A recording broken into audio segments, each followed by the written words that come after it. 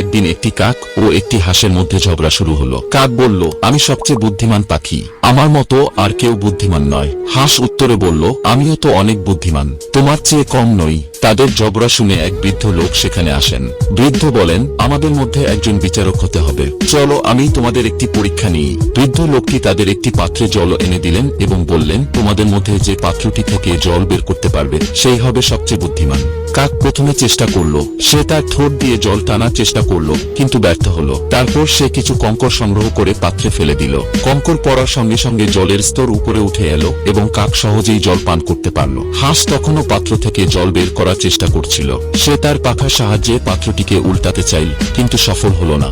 বৃদ্ধ লোকটি বললেন, কাকই হলো সবচেয়ে বুদ্ধিমান, সে নিজের বুদ্ধি ব্যবহার করে সমস্যার সমাধান করেছে। এই গল্পের শিক্ষণীয় দিক হলো, সমস্যার সমাধানে বুদ্ধি এবং ধৈর্য সবচেয়ে গুরুত্বপূর্ণ। সঠিক চিন্তাভাবনা এবং কৌশলের মাধ্যমে আমরা